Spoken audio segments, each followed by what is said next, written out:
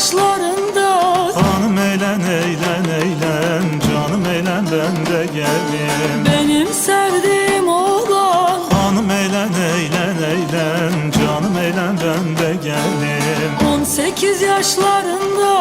Hanım eğlen eğlen eğlen, canım eğlen ben de geldim. Benim sevdiğim güzel. Hanım eğlen eğlen eğlen, canım eğlen ben de gelir.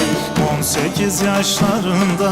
Hanım eğlen eğlen eğlen, canım eğlen ben de gelir.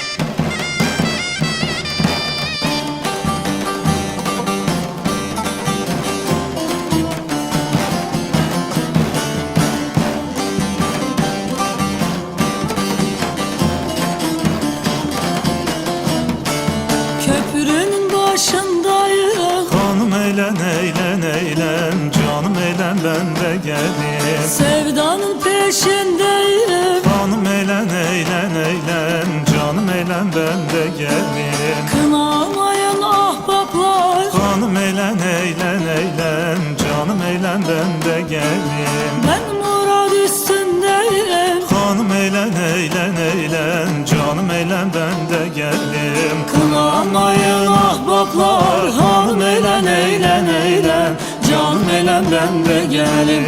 Ben murad üstündeyim. Hanım eğlen eğlen eğlen, canım eğlen ben de gelir.